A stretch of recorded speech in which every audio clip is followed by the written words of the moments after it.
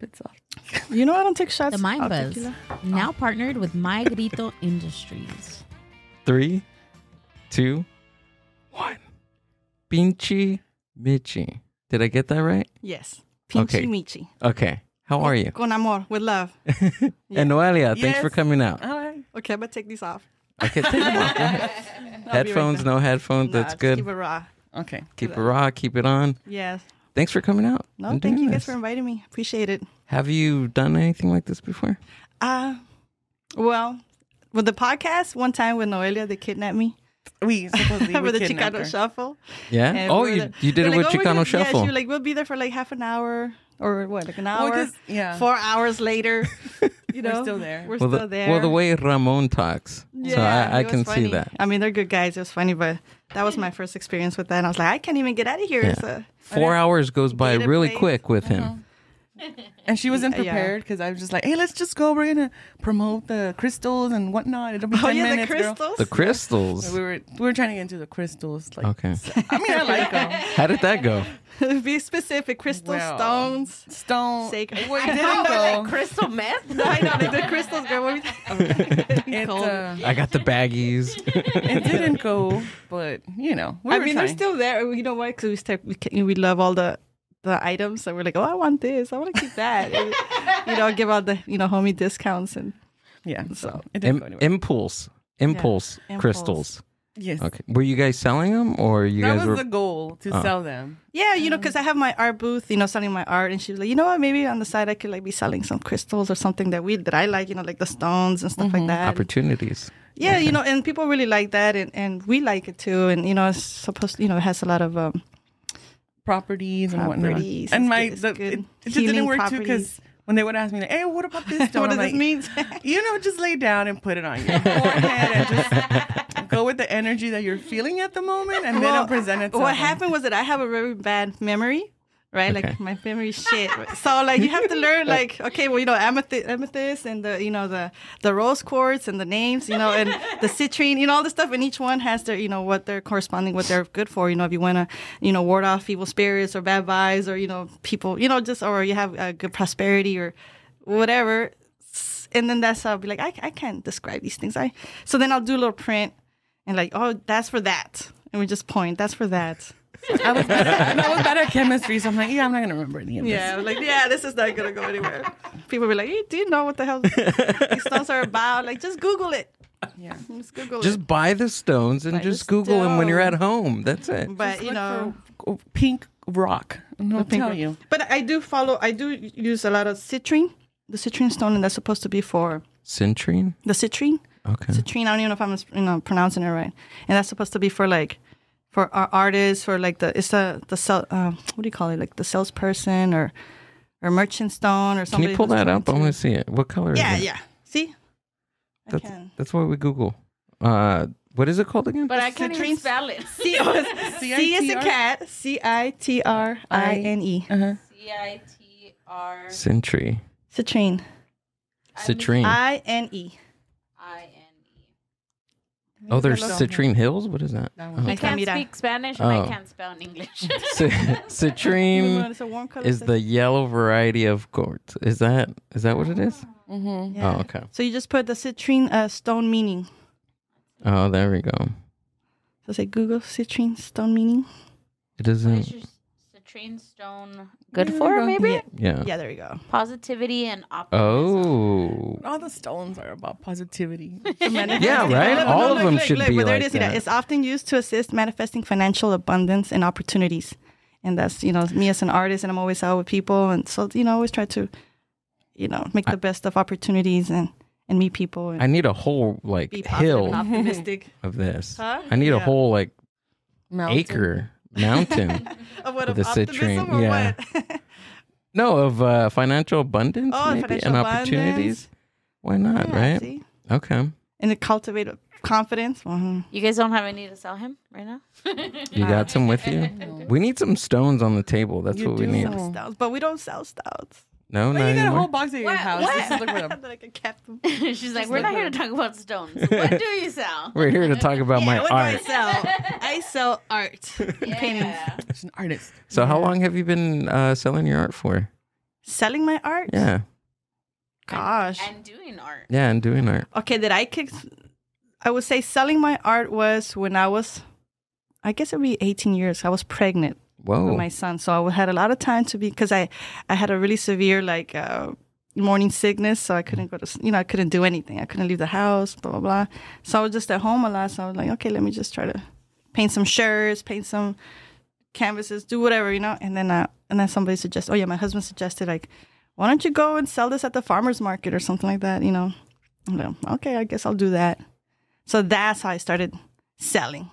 But as far as like trying to do the art to sell, that was never like something that was in my mind, So how long have you been doing art before you start to sell it? Because you said 18 years total? Yeah. Okay. When I started, 18, because of my son. Mm-hmm. But I started in high school. High school? High school. I was going to say 98. Even before that, because I have like an original sketch from like 10th grade. That's true. From 10th wow, that grade. bad? Wow. Well, I mean, okay, well. I'm keeping it in case she becomes famous. It's a fossil now. If we're going to take it back. Yeah, I mean, I've been doing art all my life. Mm-hmm. I could say that since I was a young child. Oh, okay. Yeah, so, but then that I paid attention to it, I guess it would be, I didn't even pay attention because remember, I was in high school and we did like mandalas and, some project that a teacher made us do. And then my friend Diana was like, oh, you're a great artist. And I'm like, what? What is that? Like, that was not even, I didn't know what that was. I was very naive and stuff like that. So she's like, no, that means that you could do, you know how to do art or paint or draw. So I'm like, okay, yeah, thanks. And then she's like, can I have it? So then I gave her the drawing. Like, she wants the drawing, fine, weirdo. And then that's how. But I've always been doing drawing. Like, I used to do little sketches of, our friends and stuff like that. And yeah, I guess just they will ask me for them. I'll just give them away. So what like, say for instance, this one, is this a print? That's a print of an original painting. Let me show the camera. Look at that. Snaps. And she wrote the Mind Buzz on this. Oh, nice. Yeah. For those of you that are watching, which you should be subscribing to and liking. Yeah. But yeah, Look at the that. jam session right there. So this is a print. That's a print. So what type of like paint is this? So because to my understanding, there's like different styles of paint. Medium do you? that one Oil, was acrylic. On wood, on a big wood panel. Oh, okay. Yeah. Oh, wow. Yeah, that was and that was one of my first drawings because I could tell by I was using little like tubes of like a little, you just squirt the little, the paint on there, and so I was just kind of starting out. But the whole point with my art, I've always wanted to like convey, good times, music, a good vibe, a good energy. Right. So that's the jam session right there. And it could be reggae music, it could be jazz, it could be blues, it could it's like that one you could tell that it could be. You don't know. Yeah, it can. It's up to whoever the viewer is, what music they like. They can see that there's a jam session going on. Oh, okay. So where does the skeletons come in? Like, where's that? Skeletons came in. I was introduced to them with when I started college at El Camino College, and I joined this group called Soul, a student office of Latinos or something like that. And they were like, we're gonna do a Dia de los Muertos thing, and I was like, what? What are you talking about? What is that? They're like, yeah, that's like a Day of the Dead thing. So I didn't know anything about it. So I went home and I started trying to research it. And then it came from an artist called Jose Guadalupe Posada. And he used to be used to do prints for old newspapers in Mexico City. And his whole theme, he would be like, he's the godfather of like the skeletons. You can look him up. Who is this? Jose Guadalupe Posada. Yeah. And he was very smart, and he would just always, interpret of whatever was happening at the time in Mexico City. So he would always do the calaca. So yeah, he's famous, right? Like so every artist that does calacas has been inspired by him. So they're calacas. Yeah, calaveras. So what's the difference between calaveras and calacas? Is there a difference, or is it just? Calaveras would be a whole body, and a calaca is just a skull. Just I think. A skull. Yeah, I'm not sure. I think that's what it is. And so he would use those, right, like that. So when I started looking at, that's pretty cool, blah blah blah. But then when I started researching the actual meaning, like how the Dia de los Muertos was, how it's been an ancient tradition of, before the conquest of the Spaniards and stuff like that. The indigenous people from Mexico were already celebrating during that time their families that have been passed away, right? Mm-hmm.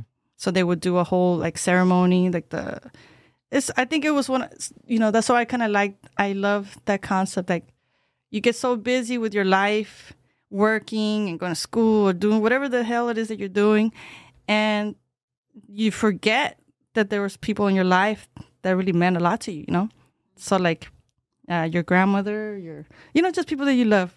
So then it's like, so how beautiful is that that time of the year you just devoted to remembering their honor, remembering their memory.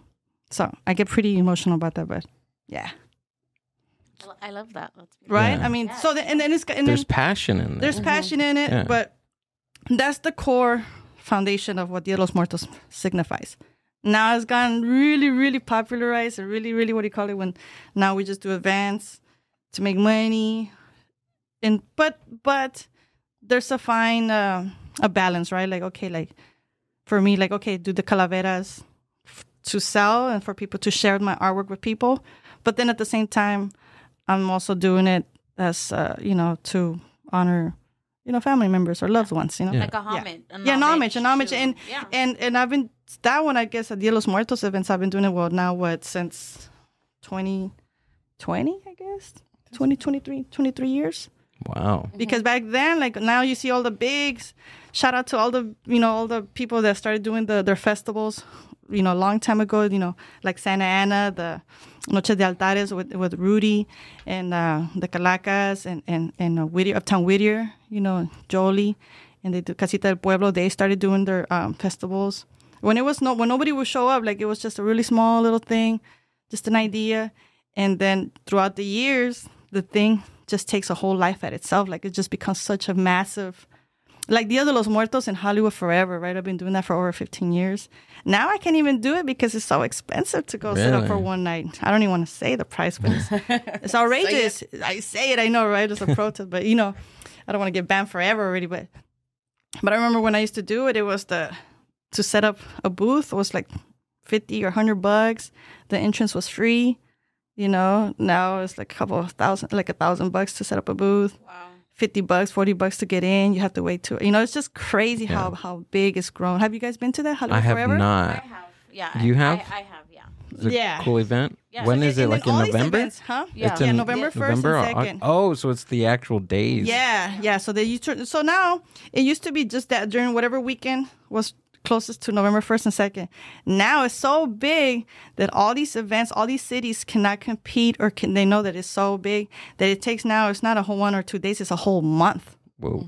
So they start as early as October, the first weekend of October, all the way to the 2 weeks after November, That's how popular it's become. Yeah, how Do it's you grown. think that like vending? Because I feel like when artists used to vend, right? Or there used to be I'm like gonna pour you another one. where there used to be like these events. I feel like they weren't as popular. Not popular, but there wasn't as many as there are now, right? I feel like it was a little more like you had to know someone vending there, or you kind of came across them, or things like that. Oh, But yeah. now it's like there's So big. 10, 20 in one Saturday. That's what I'm trying to tell you. Now that's what I'm saying, that there's so many now. Every single city, every single town has to have their Dia de los Muertos because now they have to pay homage to that, tradition. Like, the world, the life is not all about just, money or whatever your own. I mean, it is, right? But it's good to stop and reflect and remember and just pay homage and just show your love for your loved ones, What do you think why it got so popular? Like when was the like moment to where it got like popular? I would say Because that's part of the, I don't want to say problem because it's not a problem. Like, of course it's awesome. it's a good that, problem. Right. It's a good problem to have that, Until it gets that we're having, exploited would be the an word. influx of people sharing the culture, right? Yeah. Which is, it's good in some sense, but sometimes, like you're saying, now that there's larger events, there's other events that they're hiking up the prices because of the popularity of the culture. Why do you think that it blew up in that sense? It blew up because there was a lot of money to be made in those events. It was so popular because they know that, those when people want to celebrate culture. Yeah, people like, especially Latinos, Mexicans. They want to, and other cultures too. Other people from other cultures, and they like that concept of the idea. Like, oh hey, what? Like, this is just about having a good time, remembering our loved ones, music, food, just whatever. People could relate to that, and it makes them feel good. It's a good family experience. But I think that it took off like 10 years ago that I saw a big explosion of it. Like, that I was like, wow, this is crazy. Because at some point, like I said, like we were one of the first ones doing these events and stuff like that. And then where it was kind of easy to get a space as a vendor. And at some point, there was so many vendors trying to be part of this event that they had to run lotteries, like in order to be able to get in, just because that's how they did it. They didn't choose it by. They had to, because there's so many vendors that they can't. There's only so much space, know, and so they had to, like, some places. No, let's whatever the draw is, whatever. That's who's gonna get to choose to, that's a couple of experiences that do that. Because do they give priority to? And this is just me. I'm all the OGs. I'm sure they are. The promoters. Who people are running it and stuff. They see that you've been loyal to them since the beginning. Right. So yeah, of course. And but even to some vendors.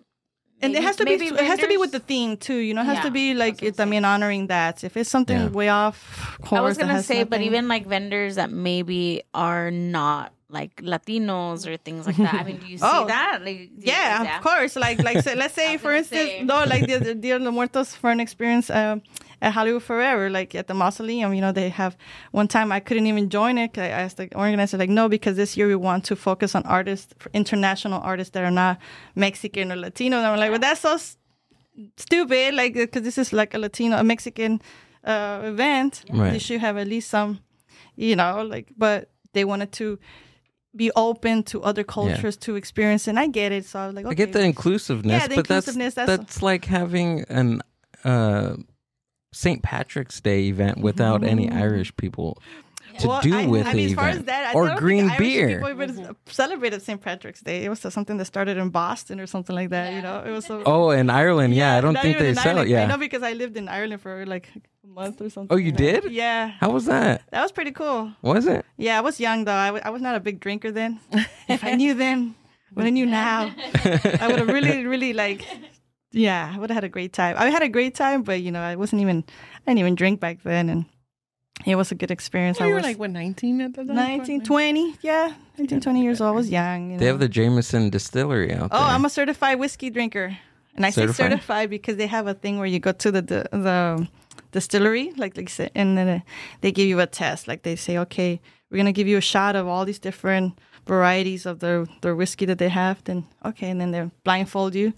And then they give you one of all the different that you were able to taste. It's like, do you know which one this was? With your eyes blindfolded? I sure do. Sounds kinky. It was this. Yeah, you remember the name and stuff. Here's like a that. blindfold and the handcuffs. Yes, I did a couple of those, and they're like, okay, well, you got them all right. You're good. You're certified. Check. And they gave me my certificate and everything. Hey. It's still valid. Me dejaron toda peda. Okay. Bye. Took off all tipsy and stuff, running around. Hung up on your wall. But it was like 10, 11 o'clock at night, and it was still daylight. Are you it was sure bright. They were like not trying to just like get you drunk and I don't know, but I was young and tender and innocent, so that's what happened. That's how I was sticking to my story. Tenderoni. I wasn't tenderoni. Oh, innocent and virgin. They're like, let's get these girls drunk. I was married already, but yeah, I didn't know that. No, but that was Ireland. That was a good experience. That was pretty cool. Cool. It was either Ireland. I had the option to go study abroad either in Ireland or Spain. And for some reason, I was like, you know what? I feel like in the future I will go to Spain just because that's the Spanish in Spain.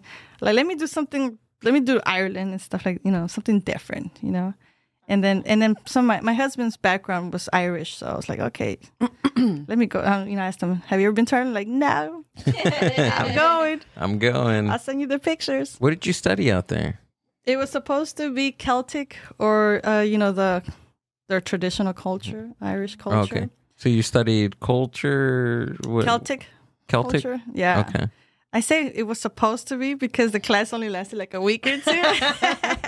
And then it got canceled. There was not enough students or the program was not put together or something happened. I don't remember what the deal was. But basically they were like, but it was a couple of sessions. It was a nice class. And then they're like, okay, you could go run the streets, go figure it out. Go figure out your life. And that was kind of nice because then you didn't have to be stuck all half of the day in a classroom. Instead, you want to go out to see and venture the old castles and the old, pubs and all the history because you walk around, you see the history, you don't have to take it in the book. You just like literally buildings there from 1100s or, like just super old. And then it was a different perspective. Yeah, for sure. Than now? Huh? Than now? Like different perspective than now traveling over there? No, I say different perspective in the sense of just like architecture or how the city's laid out and stuff like that. Because you think, how things were built back then with no technology or whatever. But these guys are master craftsmen and, just build these beautiful castles and homes that still last, right? No matter how harsh the conditions are. Here, the oldest building is what, like 1700s, 1800s, todo la fregada, todo. America is a pretty it's new amazing. country. It's beautiful. You guys have traveled and stuff, so you know how important it is to. Amber's a traveler. Yeah, you're not. Yeah. You're not a traveler? I'm beginning to. She's teaching me how. The part about traveling is like you have to be in that long ass, airplane ride or the long. But once that's you have to pay the price too. I think traveling, you never come back the same. You never come back the same. You Yeah, just it's always don't. You always live, and you have these perspectives of how other people live, other people. Cultures live. It's beautiful because we're just centered here and we're safe and we think that this is the entire world, and then you travel and you're like, holy shit, no, this is not the entire world. People live differently. Just simple stuff too, just how the food gets prepared. Or I like traveling. I would like to do that more, and I would like to do that more with my artwork too. That's a thing, a goal that I have in mind that I keep telling my friends, like, I want to be an international artist. I don't want to just be stuck in California. I want to be able to travel and show my work and represent, the Mexican American culture, So is the Mexican American culture, which I know is getting big in Japan, right? The whole cholo thing and stuff like that. So I was telling her, maybe I should go do. Even though I don't do cholo art, but it's Chicano art. But you should. I definitely should. Especially just so they can see it's not just that. It's we're Chicano artists are also this this whole other side to it. So yeah, because for them they see like the cholo tattoos or the graffiti or things like that. And for you to show them this other perspective, especially like Dia de los Muertos, the cultural side. The cultural side of the colorful side, the nice, the positive side, the loving side too. The family. I think that's I get inspired by that. That's where your inspiration comes from. Yeah, it's because with artists you paint what you know, right? What you're attracted to or you're inspired, or what you're inspired by. And for me, it's always been, I think for Chicanos or Mexican Americans, I mean, I'm gonna say in general, universally, what makes people happy is family. Their friends, having that camaraderie, being able to laugh, have good times and stuff like that. So I try to in my artwork, I try to do paintings that is going to add to that atmosphere, or show like a good time. Yeah, of course. Like the party that these guys are having my right now. My calacas, they don't look morbid. Like they're, they're having fun. Kind of like Jose Posada, right? They look funny. They're fun calacas, but so. back to this guy, and also I do want to ask you about your your painting that we were DMing about Diego Rivera. Oh, Diego painting. Rivera. So I hadn't done that one in a long time. Is that I quoted you kind of high because of the frame, but I'll give you a discount. Just take my frame back. They are. No, but like what are your so Amber she brings me on to like new things, and a few weeks ago we watched the Frida movie. Oh, okay. Right? Because with Salma Hayek. Yes, exactly. So I haven't seen that one in forever. I didn't know who Diego Rivera was until I seen that movie. I Googled him a couple times. I didn't really do extensive research on him, but how much do you know like about him aside from the movie? Is well, aside from, I don't even know the movie that good, but let me get my tequila over here. Oh shoot! But well, the reason I did that Diego Rivera one was because we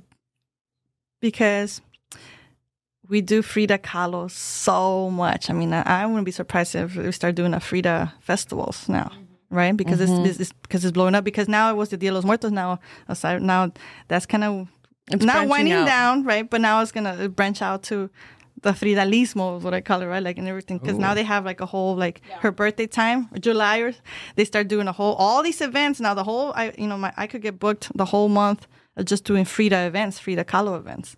Because that's how huge. And now she is an international artist, and everyone around the world knows and is inspired by her, right? And so there's so much power in a Frida. That's how I call it, right? There's power in Fridas. And then I thought, well, the master artist was also Diego Rivera, the male counterpart, right? Like, and nobody really paints portraits of ugly ass Diego.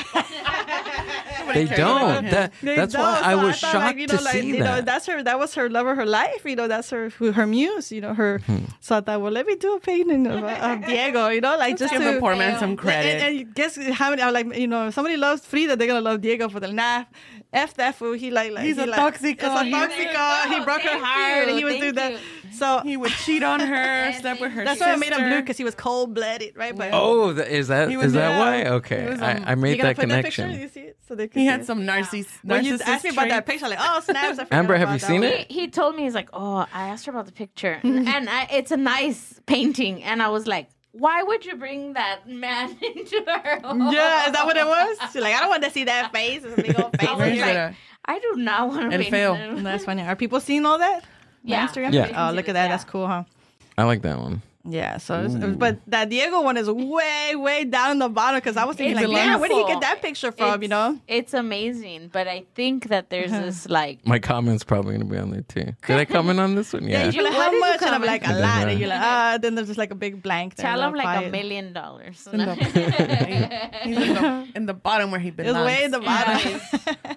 It's really nice. Yeah, so I have a lot of Fridas that I've done, and those Fridas go. They sell really fast, and sometimes I'm like, I don't want to do another Frida because it's been so overplayed. But then I thought, well, shit, gotta give respects where respect is due. She really, when you think about it, I mean, she was painting her masterpieces, being in. Oh, I like this one. Oh yeah, El Mundo, in bed, dying and in pain. El Mundo, you see that one? That's a story. That's a funny story right there. This one? Yeah, that's supposed to be my little brother. Because that was based on a true story. When we were young, like 7, 8 years old or something, it was probably smaller, whatever. And my family used to like playing loteria, right, or the cards. So we're playing the loteria, and then my mom's boyfriend at the time, he would like start saying all these funny little jokes on it. And then he was like, El mundo, y si se le cae, he gets so tired, it's gonna be the end of the world, right? Like that. So then when he had the mundo, for some reason my brother thought that when he drops the freaking card down that it's gonna be the end of the world. And he started screaming and crying, no el mundo. So and we were like, what the hell? Chill, Mike, chill. So that's what I thought, children are so impressionable, They'll believe. But it's a depiction of today too. But but then El Mundo too. That's what I thought too. That he's fearing for like the end of the world, and then in the mirror, I put in the window, I put a painting of the old corn to represent the past and history, right, of what the world is, yeah. And then down when you see outside the window, it's like nothing but like the refineries and pollution, and that's what is this the end of the world? Like basically how with global warming and all the different ways that we are contaminating the world, the end of the world, right? No. Just the texture and the beans and the beans are actually beans that I glued on there. Are they? Oh, yeah, okay. I'm like, whoa. Little. Yeah, that looks. I still have that. Nice. That was one of my old paintings. That's really good. That's funny, huh? But show her the Diego Rivera. Yeah, we cannot give up on him. Did you see it? Amber, did I show it to you? Oh, look, if you go up. Which one? We gotta show That's people. when she was in Ireland. Oh, that's when I'm like. That's my certified Ireland. See, I'm not There lying it to you. is. Bam! Look at her little Dang. baby. Look at my little baby face. The old Jameson Distillery Yeah. tours daily. The Look at Dolores O'Riordan look. Or green day or drinking day. This is me a long time ago. Yeah, this was. A ver, Diego. Where's Diego? You know, I have Were my. you into You the know what? cranberries? Yeah, exactly. I was gonna say that. I have my short hair because that's another thing where I went to the Ireland because I was like, well, the cranberries are from Ireland, Yeah. and you two is from Ireland. I'm going to Ireland, so that was my There cranberry you go. phase. Is that There it? it is. Yeah. Ay, ay, ay. I know. Your art is beautiful. But his face. Yeah. Thank you. The I colors are really nice. No, it's Well, that was I kind of just- unique because I I like paint it. really colorful paintings, you know, and I thought, you know what, I'm going to really force myself and be disciplined and not use a lot of color. And that was painful to do just because, like, you know, to not have so many so many colors in it. And I thought, but yeah, so you won't see another painting that I'm just using. So if you were to take one of those paintings to like a Frida event, boo, they'll start. Oh. They're violent or what? Like, sáquenla, they'll probably throw fuera. eggs at it. I don't know. I'm They'll going to come do out with a that. Like, chacal. Traicionera. traicionera, What's- valiente. What's that? Traitor. Traitor. Oh, okay. That's true. Advocate for women, and here you bring this blue painting. Yeah. that's Are there vendors that are solely like Diego Rivera Nobody. vendors? Nobody. I mean, Nobody unless it's a So that man. means, well, hold on. So that means I can Look be at my the Katrina first that I one? did right there in the bottom. Oh, okay. Which one? No, I don't know. Not like that's you started something. I'm looking at the Katrina that I did one time. It's huge. Which one? You see the Katrina, the big old doll Oh, right here. Oh, in the middle? Yeah, that one. Out of She was 15. paper mache? Yeah. Oh, wow. Yeah, we did. That took a month to do that one. That's A month? Yeah, because it was not just paper mache. It was all kinds of like wood and wire and like Mm-hmm. it was a lot of work. And then I put a car battery inside the skirt so that like she could glow in the dark and no matter like all the lights, all the LED Oh, that's lights would light cool. up anywhere. And then her whole, she's not finished in that part yet, but her whole skirt was made out of photographs of all my family members that passed away and all legendary musicians, poets, actors, any activists, anything that meant something to the Mexican culture, Mexican American culture, or in general, right, to history that they've done such amazing work throughout their life. Then I paid an homage and put them as the skirt, also a picture, a photograph of them. Wow. Yeah, that was pretty cool. And what did you do with what did you do with her after? I still have her head. I still have that one. I left it in the studio for them to take care of it, and they had some punk mosh pit party or something. And these little punkers, they started like using it and started and kicking it and they broke it. Yeah, pretty, punks. What can you say? They like destroy shit. Anarchy. Anarchy. It is what it is. But yeah, so I was like, okay, whatever. It happens. These are beautiful. Mm-hmm. The colors on it are a little Yeah. different. Is that how it's showing? It's RGB. The computer that we're seeing. Yeah, it's the. I know, that's the it's color in me. Like TV. the colors are off. I'm just playing with you. But You're actually one of the first artists to say that when What? we pull something up on the screen. that the colors are off. Yeah, that's interesting. But I think because you paint with vibrant colors that the real The true hue colors of- of yeah, it, yeah. Mm-hmm. That's true. So Yeah, do so you it kinda always works. use acrylic? Like, is that always your medium of choice, I- or when do I- you mix it? When I first started, I was using oils, so oils on wood, and then I had my baby, my son at the time, and I thought, you know what, you have to start using like. I all like these that different- lamp. I'm sorry. Oh yeah, that's the lamp. Shout out to Jose Oh. Lozano, famous Chicano artist. Yeah. Jose Lozano, and I DJ'd one of his events, one of his birthday parties. Not DJ, but I play some music with some Ah, loudspeakers there and stuff like that. You had You an know, awesome playlist. I had people dancing and stuff like that, and yeah, so he gave me that as a gift. Like, Oh, that's here. cool. Yeah, he's awesome. And then right there, I still have David Botello and Germs, another famous artist. Right here. On the right with the guy with the red hat, right there. And he's one of the streetscapers, original Chicano muralists from LA, from East LA, or Boyle Heights, or in general. And yeah, so yeah. Do you think that within like Latino Chicano artists here, especially like in Los Angeles, do you think how do you distinguish your art, right? Like, how do you How do you stand out from? Yeah, how do you stand out from other artists? Because obviously, I mean, you're asking the wrong person about all that stuff. I have no idea how I stand out. No. Well, I mean, I'm saying because we all pretty much live within. I'm not saying the same culture, right? But we there's a lot of things that we have similar in common that are similar and that we feel and that we've gone through or that we've seen and things like that. Like, how do you keep true to your experiences without, you know, like replicating something or anything like that? Oh, good question. I don't know. Okay. Got it? No, because I'm just thinking, like, how do I go about it? You know, because I just, like I said, so for me, I keep true to what I feel is important to me, and music is one of those.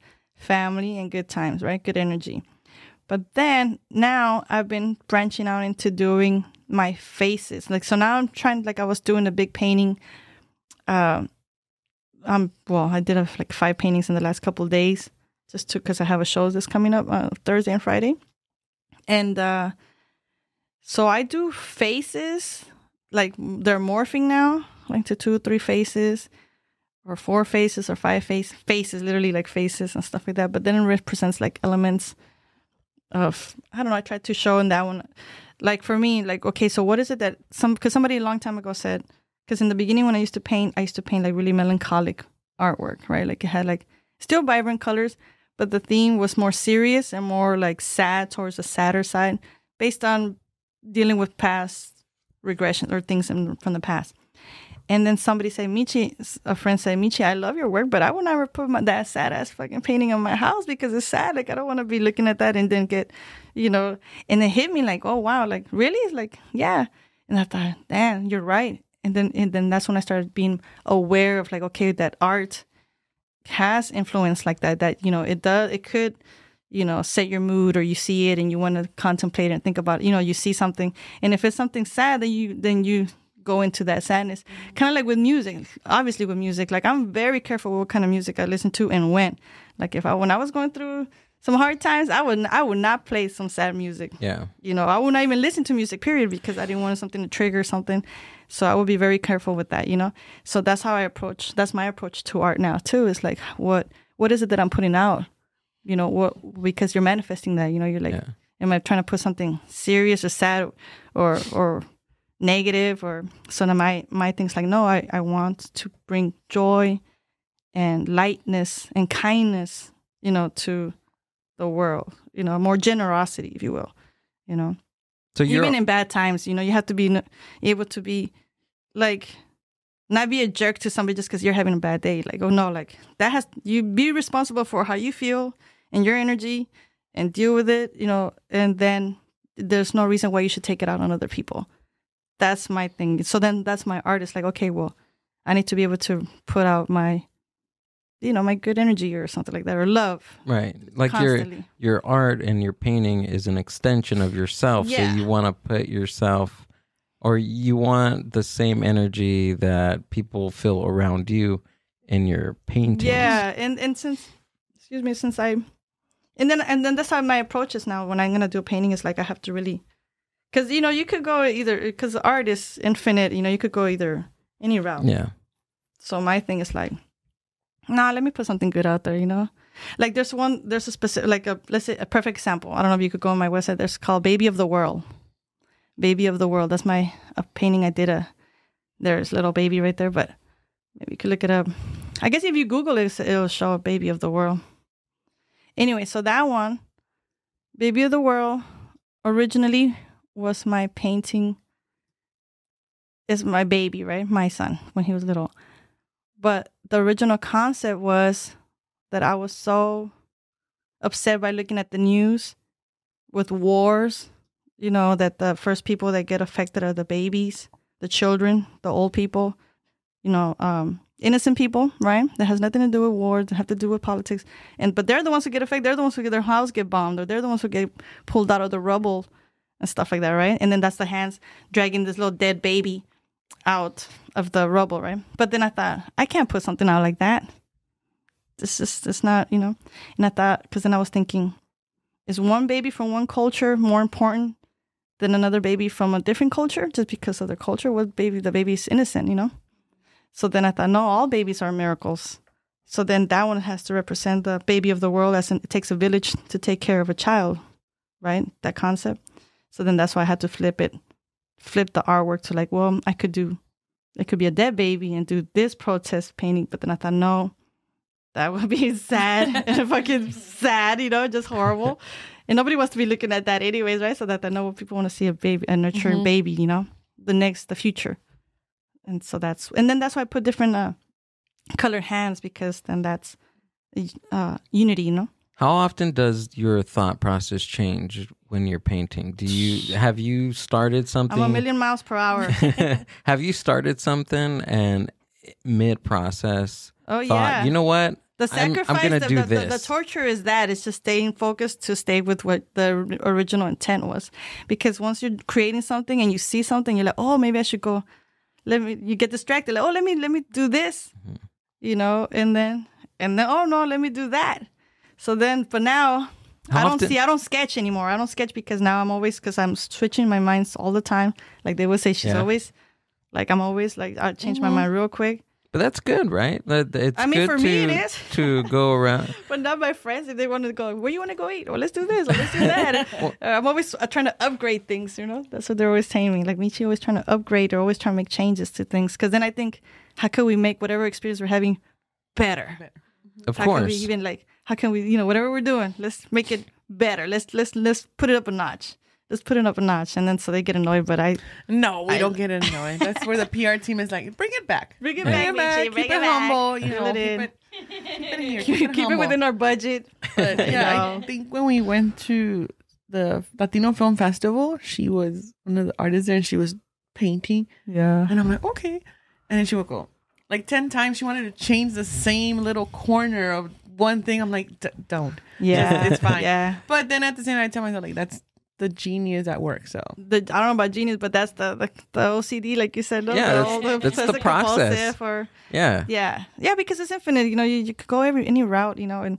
But I don't, like I said, a long time ago I stopped sketching. I stopped drawing because when I would, let's say I have whatever I paint based on whatever I've been going through in my life for weeks or months, or just like you're filtering all the outside influences and things, experiences of life, whatever you have, and so at some point you need to have an outlet for it, because there's so much, you get overwhelmed by it, you get anxiety attacks or whatever happens, and if you don't have an outlet to either exercise or go do some music or go do some cooking or do some, whatever your thing is, to just have your outlet. Something positive, right? To just do something for you, like you to just have an outlet. Go have a spa day, go have a massage, whatever. Everybody has their own way of, go crank some numbers or, go make money, whatever it is, right? Or however they indulge or do whatever they do. So for me, after all those experiences, all that stuff starts to filter in as dreams for me, right? And then when I'll wake up like, oh, I had a dream about this. It's kind of, maybe I need to paint about that, let that out. And then my paintings are about like the lessons. Like, well, what is the lesson that I need to learn about the stuff that I need to be putting out into the world for myself. And then so that's how I go about my artwork. Now, what's the point of that? I have no idea. Do you think that will on a lot? No. But I don't sketch because when I draw, that's what that point was. I don't draw because once I draw something, then all that energy, I left it on a piece of paper, and I don't want all that into a little piece of paper. I want it to be in a painting or something that is going to last, or something, that's, because it's a lot, And even small paintings, I can't do really small paintings because I feel like it doesn't give me enough space to explore, change, or, like be able to expand, Right. Kind of like seeing a horizon. You don't want to just see a little window thing. You want to see a whole view, So that's pretty much how I see a canvas. So your art was, first it was a little bit on the melancholy side, right? Yeah. And then you switched it over to bright, vibrant colors. Yeah. Higher energy, I guess we can say. Yeah. Do you think that it's gonna, it will mindfulness change again? Well, the artwork the overall theme, do you think that might change? Yeah, because if you see all my styles in art, it's all like, that's what people a long time ago told me, and other artists that were more established, and they say you have to pick a niche. Your style and just do that. Like, and just don't change your style, just keep it that. So that people, when they see your artwork, they say, oh, that's a Pinchi Michi. Oh, that's a whatever, they know the style, right? They recognize it. Yes. Branding, whatever. But then I thought, yes, I could do that for, to put my seal of stamp of approval, whatever. But then I thought, but that's not being genuine to being a human being, because as a human being, you evolve and change all the time with experiences. So how could I paint? I'm not the same as I was in the past. I was not the same. Like you said, like a one travel experience could change the whole thing up. Mm-hmm. The whole, like, especially when you go to Europe or you go to other countries and you see the kind of artwork that they create, then you come back like influenced by that, you're changed by that. So there's always a lot of different changes. So yeah, my art, I think, always going to be changing. Do you ever get writer's block better, I think. or a painter's block or an art block, or are you always in your creative mode? Like, I used to say, when I used to say to myself, or people are like, I'm bored, and I used to say, boring people get bored. There you go. Because there's so much in life for you to think about. Like, switch it up. Like, that means you're not challenging yourself. So no, I don't get artist block, because there's so many possibilities. I can't. Yeah, you're constantly getting if anything, inspired. It's by not block. things. It's like, which one should I do? Which angle should I pick? And that's how my brain always operates. It's always, there's so much beautiful stuff. Like, it was like, because I drive a lot, because I live, in Victorville. Like today, I think I'm going to do like 400 miles just today in driving. Wow. Because I live in Victorville. I forgot my wallet at my sister's house in Lancaster. Then I had to go down to Santa Fe Springs to go drop off some artwork for the festival this weekend that I'm having. And then come here, and then I'm going to run it back then I'm going to go back to Victorville, and then go back to Lancaster all tonight. Whoa. Yeah. But that's just how I roll. My sister just had triplets. Shout out to my little sister. Wow. She just had 3 baby boys. Yeah. December, I know. So that's been crazy. It's been whew. So right now I'm trying to juggle doing the art and then helping her out too. So that's been really heavy on me. But when you do something with love, you don't see it as so much work. It's just like, you just get it done. What's that quote? If you find something you love, it's not work, or it's true. I don't know. There's a quote out there. It's so true, because butchering it. Like me, I'm a full-time artist, right? Like I think if you find something you love, you'll never work a day in your life. I mean, you put in the work if you want to put in the work, but it doesn't. But the work doesn't feel like work when it's your own passion. Like you don't feel resentful towards it, or at least I don't. Because I mean, I could have been resentful and like for a long time ago, for like, as far as when you start to calculate, like, I've been putting this many hours and I'm only getting paid blah blah blah. It doesn't because we're like, oh, I should be getting paid this much amount of money for this kind of hours of work or whatever, right? But for the art world, it's like, no, like, this is a lifelong thing, I have one artist friend. I remember him telling me that once he feels like all his art and his painting and all his sculptures, he said that once it begins to feel like work to him, he's going to stop. Yeah? Yeah. What do you think about that? Because that's like the total opposite of what you just told me right now. I don't know. Everybody's different, Yeah. Hell yeah, art is work. You crazy? Like, I mean, like somebody says, like, oh, like people like to tease me and my sister, or people are like, I work for my money, right? Because I don't have a real job. Mm-hmm. So they think I'm out here lounging and shit. Like, no, you don't even like go like Noelia. She knows like the hard work that I put in, carrying heavy ass stuff, throwing out my back, where they're rubbing Bengay on me, like ibuprofen. Like, don't give me no tequila, give me some Pedialyte. But it's more Friday work. Night. It's more work, because we were just having this conversation last night with another guest that we had off. We weren't recording anymore when we were talking about it, and being an entrepreneur and working for yourself and doing things for yourself is way harder than just having your regular 9 to 5 that you go, you clock in, you do your hours, you come out, because being an entrepreneur never stops.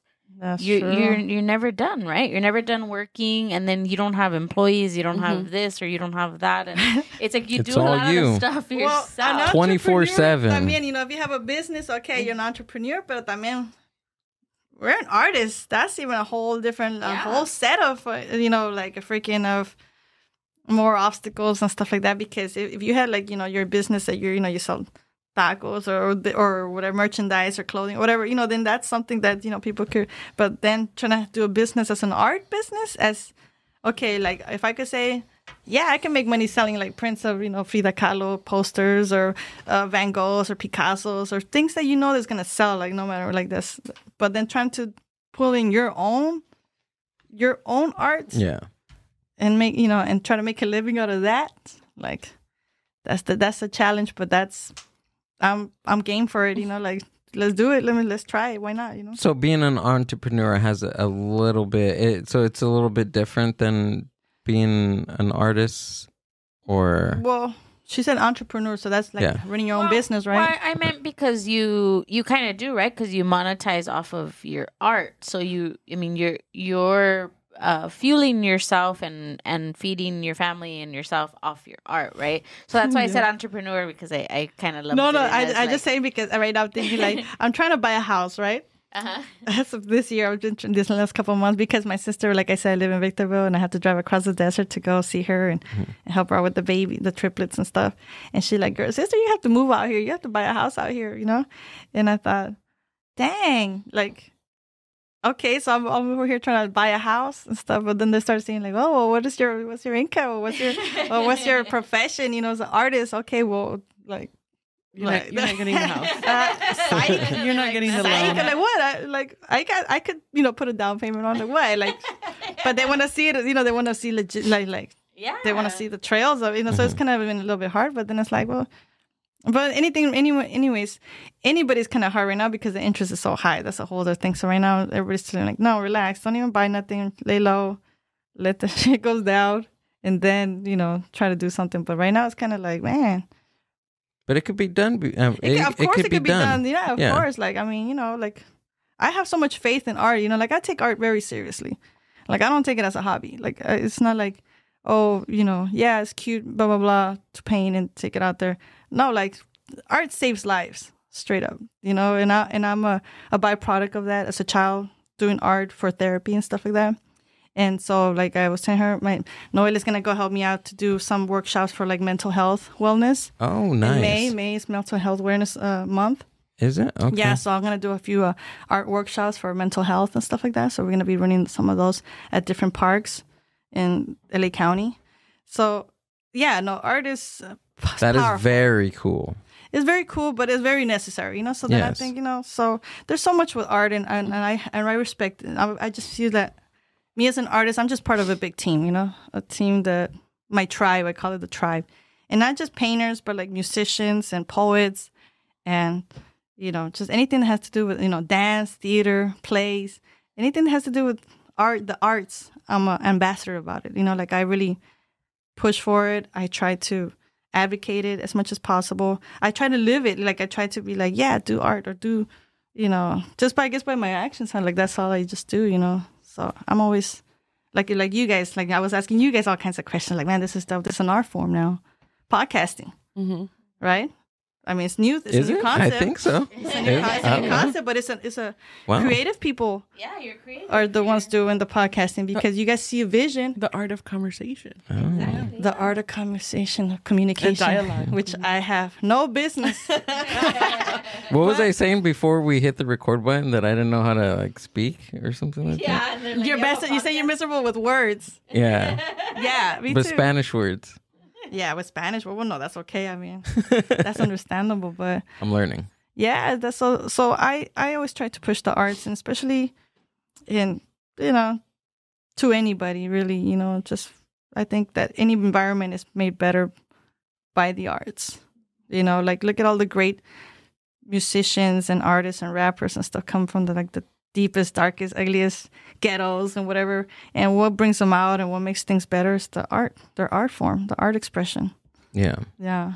Yeah, because they have this vision, right? Like whatever could be happening to you in your environment, but you create this whole different world It's an of how you look at the world and how you look at yourself and how you look at others. and you build that all in your mind. Yeah, the irony is like, okay, let's say for an artist, you're in your own world, in your own room, and you're painting all your sorrow, all the shit that's going on with you. It could be good or bad, whatever. It doesn't matter, right? Whatever you do. But you're doing your art. You're in your own zone. For your own sake, for your own personal time. And then somehow that gets transferred into the outside world, like gets exposed to the environment, to the world, right?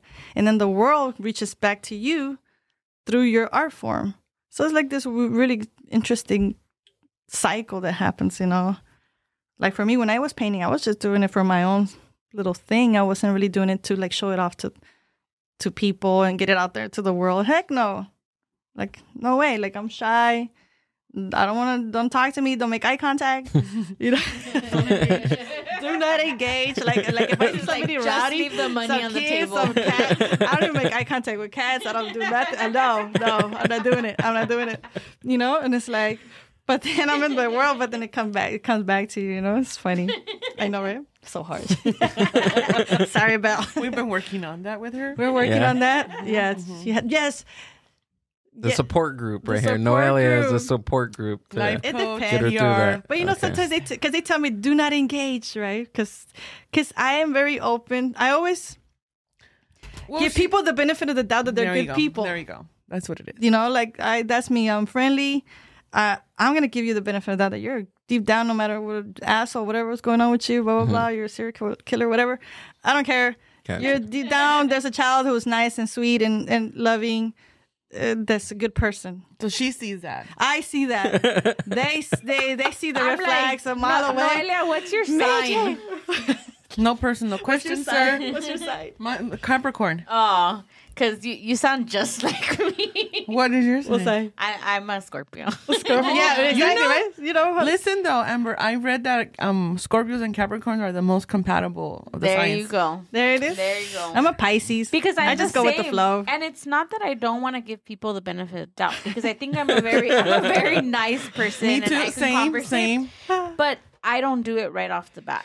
Same. I do. I try not to focus on people's what their negative side could be, because that could be like, you know, like Gotta stay you know, positive. You don't even open that fucking Pandora's Come box. on. I don't even want to like. But we're not being negative. It's protecting our energy. It's protecting the people around us and everything you until go. we feel comfortable. Well, my thing was and like, have like that, okay, I trust you, then we will do anything for you and we will be there. But you have to prove it. that's true. So you said about trusting the energy. My thing was like, as long as this person not trying to touch me and not trying to hurt me physically, Okay. then I'm good, you know, like, you know, but like to begin, right? Like to be the energy part, like that could be having a bad day and stuff like that. But they see the then, Dear Diary on her forehead. So then they'll start talking and talking. And I'm just like, and then the thing is after we've already helped her pack everything away, she's talking and talking. I'm like, hey, PR's got to do like a little huddle. Oh, I'm sorry. Yeah, that's true. So Rambo. go. So yeah, so I'm very open to people like that. Like I really like try to, you know, I see the good in people. I see the good, you know, spirits.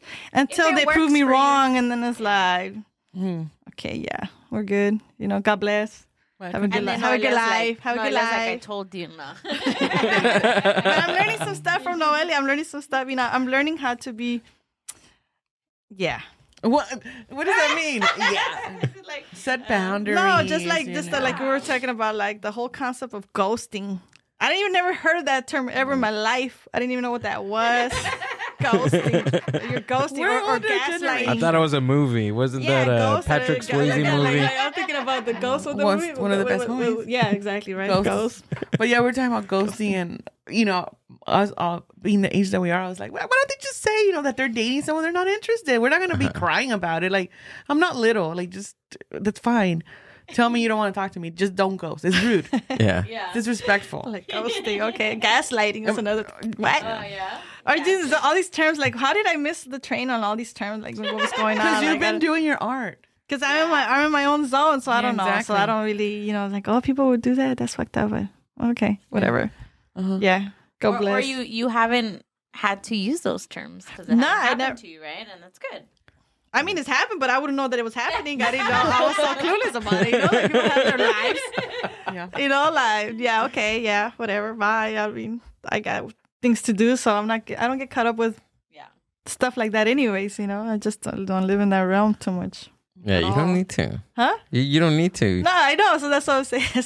So she'll start saying some stuff, and I'm like, what? Like what? What are you talking about?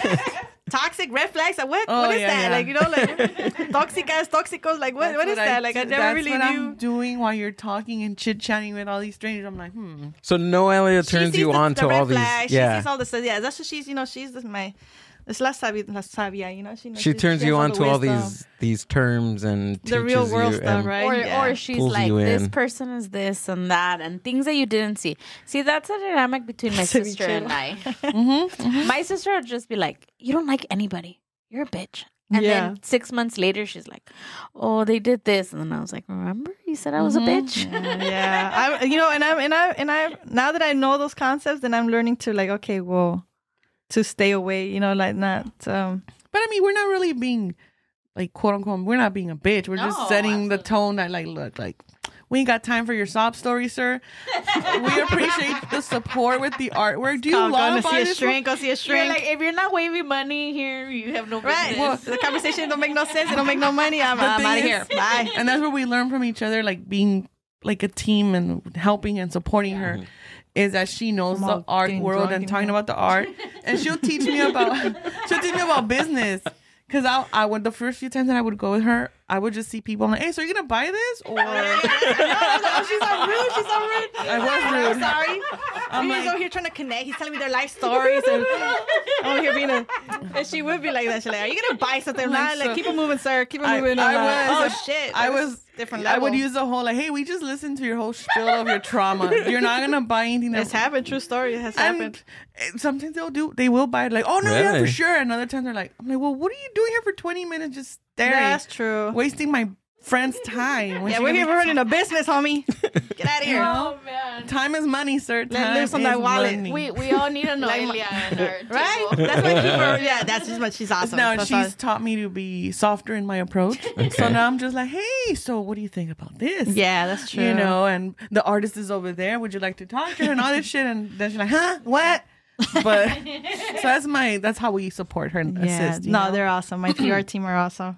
We're like, we'll show up to the AKA my friends from high school. So they come and hang out. I'm like, you know what? If I'm gonna be putting this much work in work, I want to put you guys to work too. You guys gotta do some because I can't be doing all this by myself. Yeah. We'll just show like, oh, the event's down. Let's just pack up and go with your strengths. You know. See, but that's the best thing is having support and seeing people show up for you, right? Yeah. And I think that's something that Gil and I talk about all the time where, you know, he'll say like, oh, like my family is very connected and they come out. My cousin had a basketball game the other day, like just like a little park one, and we all showed up.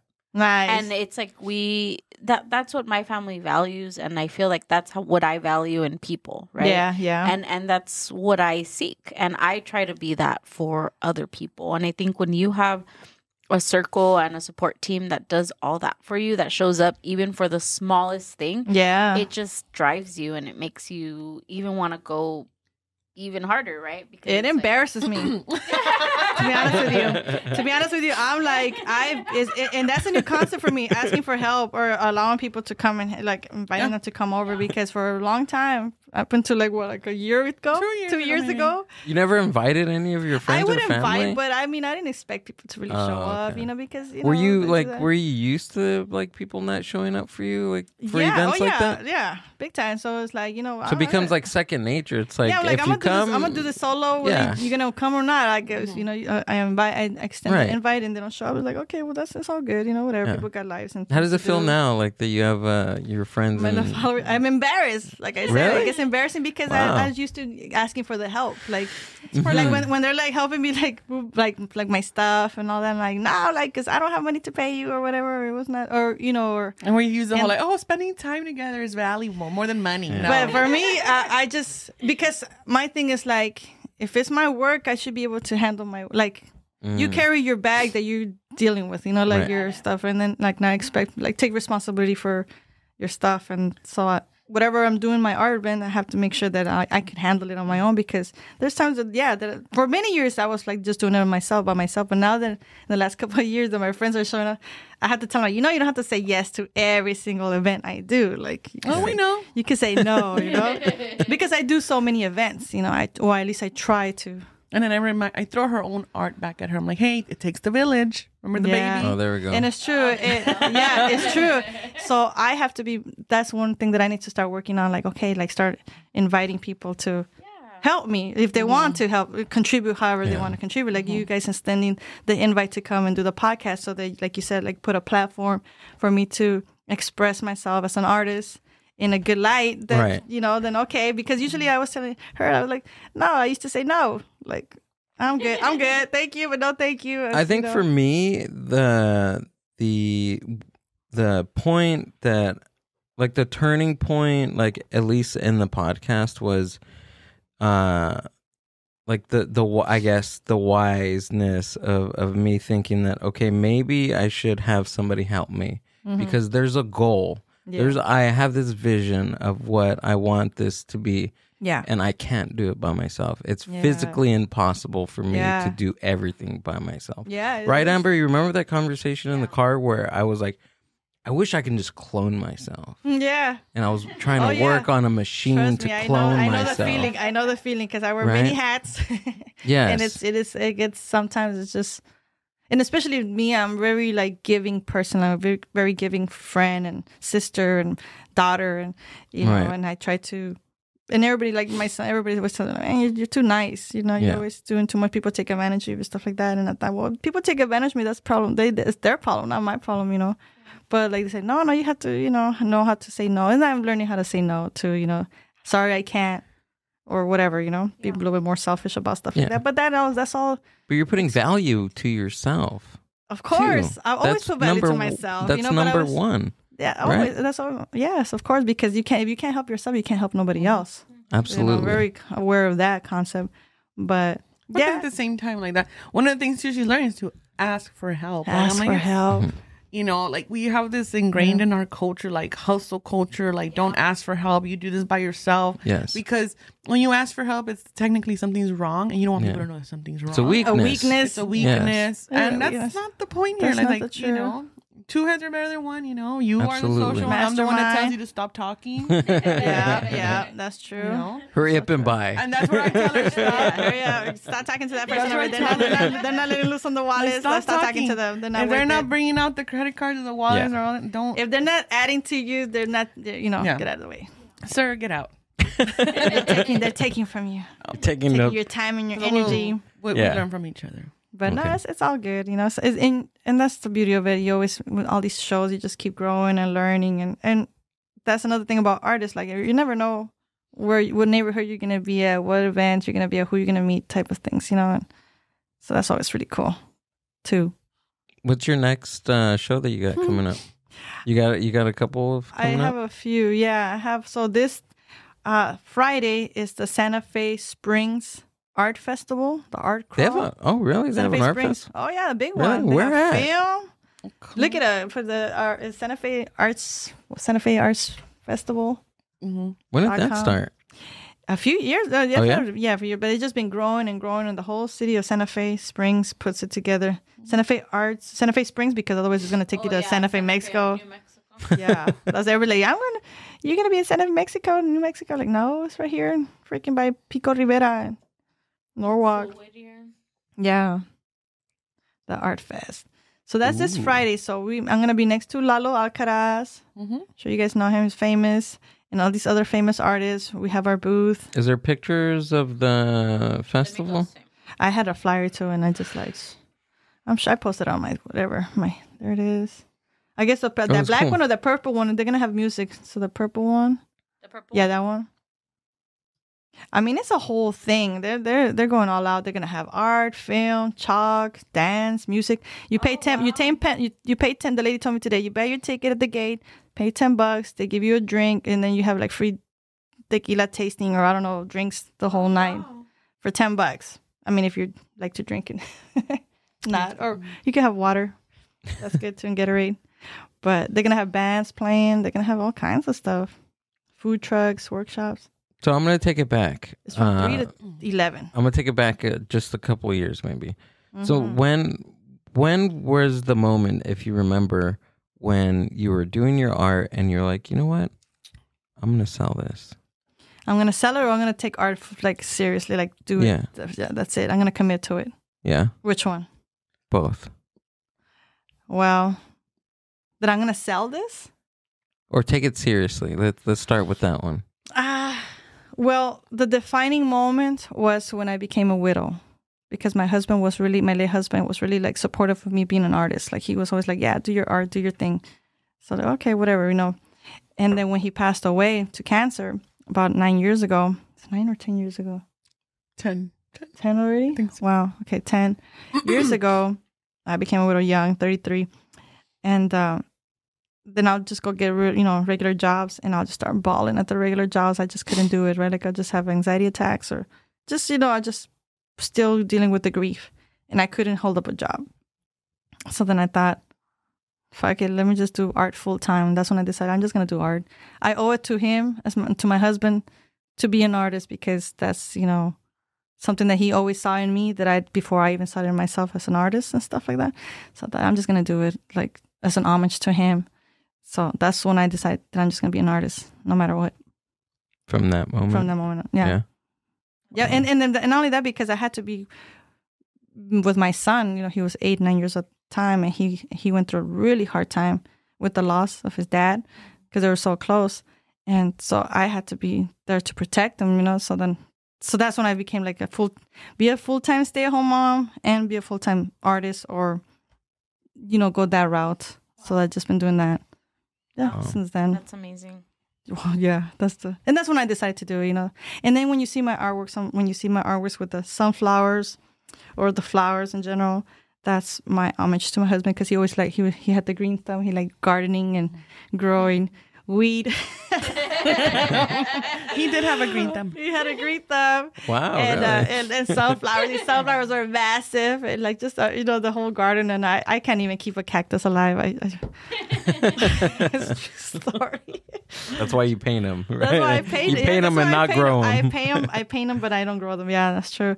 And then so yeah, that's why I thought, my purpose. Let me just fulfill the art, situation, and then roses like represent my grandma, because she loved having her rose gardens, with all the different rose colors and stuff, colored roses.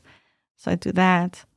And so then there's some paintings that you see that their face is not like interwoven faces, and that's that now represents my relationship between what I feel that we live in 2 dimensions, like here on earth and in the spirit world.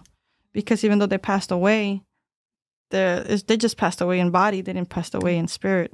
So you always have them, you always have them. They're always around you, especially if somebody that was really dear to you, that they loved you. How would you think that they will abandon you or leave you? Like, no, they're still around to guide you and to take care of you, or protect you, or I don't know. Right. That's how I feel about it. And like those are the faces like that. And you still have the memories too of them. I mean, I try to remember. I have a bad memory, but I try to at least the memories is what you left with, So like that one, you see, I'm always so now. I do a lot of these paintings. I did a big painting of that one, like that I just did a couple of days ago. Well, I'm gonna go finish it tonight. But and it's just like my homage to the springtime, to life. And right now to death. The hummingbird theme. The hummingbird too, like the hummingbirds. Really... see the hummingbird. I call it the hummingbirds and angels, right? So I'm doing a lot of. I think if you see the latest post I have right now, way up on top. Do you believe the same thing about hummingbirds? Like for me, I grew up always saying like, oh, the hummingbird is someone that had passed, and that's them. So like, yeah. So that's how I grew up. We had 2 hummingbirds come to our window, and it's funny because both of my grandmothers passed away, and one of them was like shorter and más gordita. So the 2 hummingbirds that come, one is like slender, and the other one's like shorter. That's and so cute. That's so and cute, it's just like that. Those are my grandmas. Yeah, they're called hummingbirds are angels. That's the series that I'm doing. That's not the one. I just did a really beautiful one last night. Yeah, last night, huh? Dang. I guess you got to go all the way up. Dang. Right there. You see that one right there? Wow. That one. I just did that one last night. Wow. And it's that concept, like, right now it's springtime, so everything's coming back to life, right? So it's coming back to life. The flowers are blooming, the wildflowers, the mountains are full of, even because I live in the high desert, so you always see the desert all dry and hot and no bushes, no nothing, it's just straight dirt and stuff. And right now it's all like green and vibrant and there's all these flowers, so it's beautiful. But then, I've taken on to do a lot of hummingbirds because it just represents so much to so many people in all cultures. Wow. So that's the cycle, right? That's like death, then springtime, and then angel time. Angels, that's hummingbirds. Yeah. These are amazing. Thank you. How long does something like this take you? Don't ask. Don't ask, because it could take me it could be very, very fast. Yeah. Or sometimes it takes me a long time. But most of the time it's pretty, I'm trying to make it where I could do it really fast. Yeah. Because I'm so busy. I'm like a little hummingbird. I'm running around all over the place. I am, like, right? Like, I'm like, the first time I ever say that, I'm like a hummingbird. I have No, I'm not like a hummingbird in the sense like that I'm moving all the time, like, helping here, doing this, doing that. So if I could I want to be able to create a beautiful painting really fast, like, bam, there it is. Like, because I have, like I said, I don't sketch, but I'm always working on art in my mind.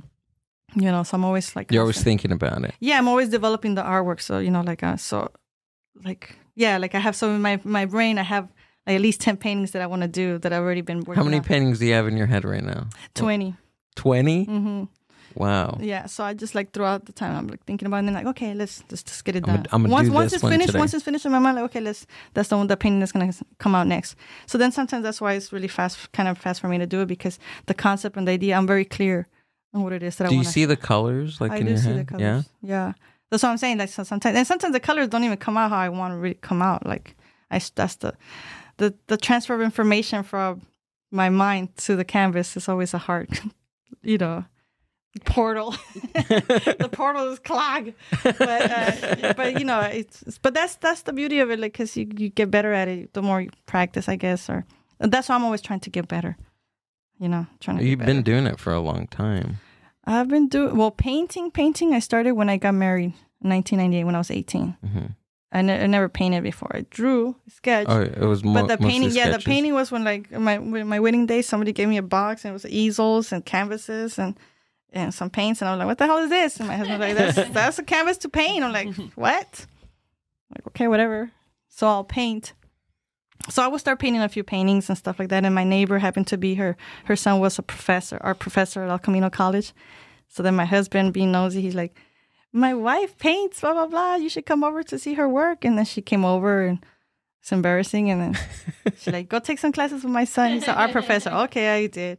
And then he loved books, reading and stuff like that. And the neighborhood, San Pedro, little bookstore, he told him about that I do artwork. So she's like, this is how I kind of started as an artist too. Like, she came over to my house, a stranger. My husband says, "Oh yeah, this lady's gonna come over. She owns the bookstore in town. In town. She's gonna come and see your artwork." I'm like, why? And she's like, because she's gonna, I don't know. She had an idea for an art show. Like, what the hell? What are you talking about? Clueless. I didn't even know anything about solo shows or art shows or any of that stuff. From the hood, But for me, I didn't really know. And so this lady came to my house, and she started looking through my closet, all my paintings and stuff. And she's like, "I'm bringing out this book, and I want you to show your artwork so I could release this book that's just coming out." And I was like, okay. And she gave me a copy of the book, and it was the Cheech Marine's collection, art collection, Chicano collection. Which now he just last year opened a museum Have you been at there? the Riverside. Oh yeah, I've been like 6 times. It's amazing. I should become a member, but I pay every time that I go. But you went to the opening. They should let you go free. I got to go into the opening. I was blessed to go to the artist gala, to the grand opening, and the artist reception only. Wow. Event. Yeah, that was pretty cool. Yeah, I was so happy. It was like, yeah, it's really cool. Got the limousine going. It was too much, but. I was happy because it all came full circle, because that's how I kind of got started from art, because the lady came and said, "Here's a book. I wanted to do an art show with that. So I did put a couple paintings in her bookstore. And then I decided to like take a class in college, Cal State Long Beach, for like Chicano arts or whatever, something like that. And then when I was doing that class, then I was like, I have the book. Let me see if I could find these people doing shows. And then that's how I kind of started reaching out to them. And now they're all my friends. So it's kind of 20 years later. Oh, no.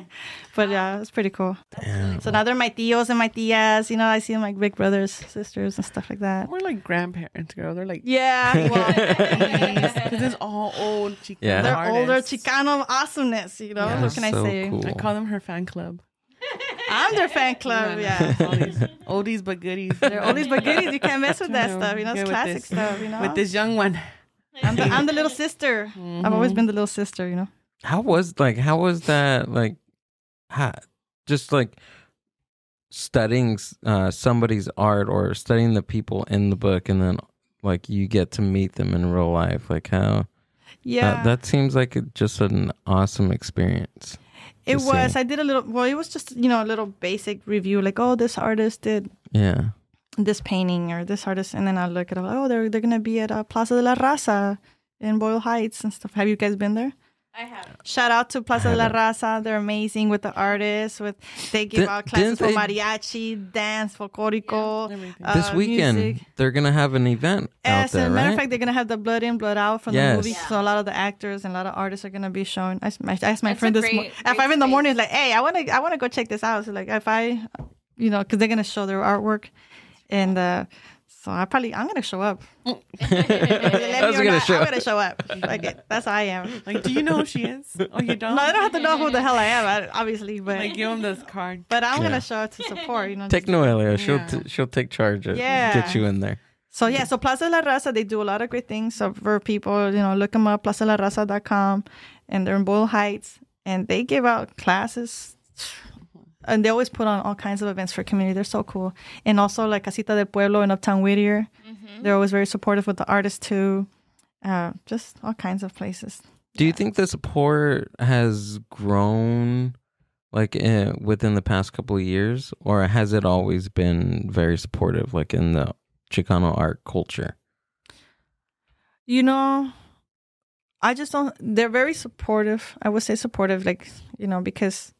Well, for me, well, I don't know. It's kind of half and half, because they'll open up and you ask them questions. They'll answer you and stuff like that. But I just don't think there's enough venues to show. There's not enough. Not enough, and a lot of galleries that I've known throughout the years have closed down. Obviously because it's hard to try to make a living selling art and stuff like that. But yeah, there's. I mean, I don't know. It's kind of hard. I mean, I think there should be. That's why I say I plug in the Plaza de la Raza because that's one of the few places that like it's been there forever. And so we need more space. We need more spaces. Yeah, more spaces that are more inclusive and it's easy to have access to. Like that place is really show up and the classes are there and it's not really. Yeah, it's really nice. So I always say that I wanted to be a very famous artist and make a lot of money so that I could open up a cultural arts center in South Central LA where I grew up. Because there ain't shit there, straight up. Like, there's nothing. Like, and I used to think, like, man, there's nothing here. Like, what, like the closed down library? I mean, I don't even know where the library is. Anyways. So those, those kind of marginalized neighborhoods that you don't really have access to those type of centers. And then that I know for a fact that there's so much talent. Because there's so much grief and suffering and all this, that these kids have, like, been through hell and back. So they know it has something to say, and they're talented and stuff. So the talent is right there, It just the stories are there. The stories are there. The talent is there. The venues, the venues are not there. We just don't even do art shows there. Our first art event. I guess South Central Arts. Yeah. I said we just threw our first art event about 3 weeks ago. Oh, nice. Yeah. Really? So we set up a gallery as good as we knew. Nice. Where at? So my family owns a coffee shop in Paramount. Yeah. Nice. So right next to the coffee shop, we have a gallery space. Actually. Nice. So we use it for events, and we put events up for our community as well. We do clothing swaps. We do. Oh, that's cool. Art shows and all that. So Yeah. You need Hey, a shout out to space? your family, I'm man. like, Volume 2, The Mind Buzz presents another yeah, art that I know. Pinchi Michi can talk, so you're like, oh, me dieron tequila. You know, it's like that. No, No, you know. You're not driving It's back. taco time. we know Taco the value Tuesday in time. it too, because I think like we always have conversations, but one of them was I've always liked art a lot. My mom paints. My mom is Really? Oil paints. Yeah. Oh my God, that's amazing. But I can't paint to save my life, but I Yes. appreciate it. And Yeah. I think even growing up, I wanted to go to art venues. I wanted to see art. I wanted to go to a gallery, you know, something that wasn't just a museum, like galleries. And I always felt like I didn't fit in. I wasn't this cookie cutter person. I didn't have money to go and see things or buy things. And, you know, these are the people that they wanted in their spaces, were people that were going to put, you know, all this Top money selling in. art, huh? And you know, and Yeah. I strayed away from going to places like that because I felt that I didn't fit in. So now to see a few places that are doing it, and even just like that, like for me, putting the art show together was healing my inner child, you know, because we created something that I had always wanted to go to, and I thought I didn't fit in, you know. And that's interesting because your mom, you grew up with that, so that was your environment. You should have been really comfortable around that environment, you know. Like for me, I have my son. He's a teenager. Adult. Well, 18 years old now. He's an adult now, grown man. But he won't even. I tell him, come on, Charlie, come help me set up a booth. But hell no. He don't want nothing to do with it. Like, you know, I don't like that stuff. I'm like, because I burned him out early on when he was a young child, you know. Like, and then I didn't really want to push him with it too, because I was always like, no, whatever he decides for his journey that he wants to do. And I was always really open to just letting him do whatever he wanted to do. And now I think, like, man, I should have really pushed him to, like, learn some mariachi or like an instrument or something, you know, like something. I think for my mom, she lacked confidence. Yeah, because my mom didn't. The shows. My mom didn't know that she could paint until They're really nice. Until she was an adult. Oh my gosh, they're really nice. When we started going to school, I'm the youngest. It's just two of us. But when I started going to school, you know, she's always been a stay-at-home mom, so she was like, "Well, what am I going to do with my time?" Yeah. She stumbled across this oil painting class right there in the city. And I mean, you see her first one and you're like, dang. And then as it progressed, it was like better and better. And that's cool. You know, she didn't believe in herself. And she stopped now after my grandmother passed away. I think it was like, there was a correlation between her art and the passing, and she never got back into it. It would trigger too much to her. Yeah, and it makes me sad because she's such a good artist, and I know how much she loved it. But how do you get someone to do something, right? Like she has take to her to a sip and paint. Sip and paint. Yeah, take her to a sip and paint. I can see how that could be hard for her to paint and stuff. It'll come to her, because once you're an artist, you just gotta do it no matter what. Yeah. I mean, eventually it'll take. Maybe she's just taking a break and stuff like that. But then once she heals from that a little bit better. Like it's been 8 years. With your mom, shit, really? Okay. With your mom, was it something that like maybe her, you know, because in our culture, once again, it's like we're not taught that art is something we can do. It's just work. So do you think like her parents didn't know that she had the talent, or they did? Like your grandparents? I don't know. You know, that's a good question. I don't think I've ever asked her that if she knew, but I don't want to break my nails. She doesn't say like I said, like she probably like doodled and things like that, but she didn't know that she could physically pick up a paintbrush. That's amazing. Canvas, now, do you show her artwork at your gallery, your family's gallery? I don't. She would kill me. She'd be like, "No, you should do it." But you thought about it, right? When we changed right before the show was about to start at her parents' house, and you thought about it. You're like, I should take one of my mom's paintings. I told her, I was like, you should. All of them, do a whole solo show, your mom's artwork. Ooh, there we go. Invite your family. The mystery art Mom, I have person. A surprise for you. Damn. No, she'll kill you. She'll hang you. I took down public hanging. I took down her easel and her paints from the attic, and she was like, "What are you doing?" Like it was, so that's what I'm saying. Like, so she's really like, no, I don't want to touch it. Don't do that. I can't as much as I want to, and we talk about it, and I'm like, come on, let's get into it, let's do something, and she doesn't. So So I think it happens. It has to come, right? It has to come from her, and I can't. Yeah, that's push true. as much, But at least you have the experience that you remember her being an artist and stuff like that. Yeah. So now you're a creative person too. Like I am. I used to go with her. I was telling Gil during the summer she would take me, and it was an art class, and it was just a bunch of viejitas. You know, my mom was in her like, my mom was like 28, 29 at the time, maybe less, and I would like to go because they would all make cookies. Girl, I like I cookies. would go and snack. I would just snack the whole time, and I was happy. It was. Yeah, that's cool. Yeah, it was fun. But that's good that you guys have a gallery and stuff like that, and a space for to share and have artists. Yeah, we're trying to. I think now Let me know after the title of it so I could promote it. Yeah, after hearing your thoughts about that and creating space for artists, there's not enough art space, And then when we do events, sorry to cut you out, but when we do events, they want us to pay all kinds of crazy money, and it's like, damn, like what the heck, Yeah, this was that's pretty hard. How we had 7 of our artist friends that have done the podcast, and then we had Jesse JFR, Dustin Garcia, Save the Pandas. Dustin sold a piece right on the spot. Dustin sold a piece. And he was like, hey, how are we going to do this? Are you going to take a percentage? And we're like, no, we're just happy you sold it. And he's like, and so he took it off the wall and everything. So, I mean, to us, it's, like I said, for me, it's healing my inner child, honestly. It is. Well, that's good. Keep it going, Yeah, it was awesome. So we got to do another one. Artemente, Volume 2. I'm down for the donuts. I'm a donut. There you go. I would say coffee, but I'm allergic to coffee. I go straight to the ER with coffee. You're allergic to coffee? No, caffeine. Oh, caffeine. Really? Yeah, I go to the ER. That's why I drink tequila. That's a thing? Yeah. Yeah, because it mellows my heart down. Calms me down. Wow. Okay. My heart rate is too fast. Imagine with coffee, Okay. sends me straight to the ER. Tequila it is. Tequila has health benefits. Look it up. We believe you. It's true. I That's believe like you. tequila has a lot of like she had her ear hurt or something like an infection. Oh yeah. Drink a tequila shot, girl. Get rid of all those Tequila drops in my ear. Tequila drops in the ear.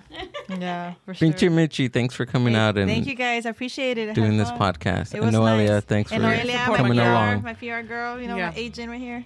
Thank you. Put in the work. Go ahead and tell us where we can find you and your show's coming up. Yeah, look me up. Pinchi Michi Art. Instagram. Así como se oye. Pinchi.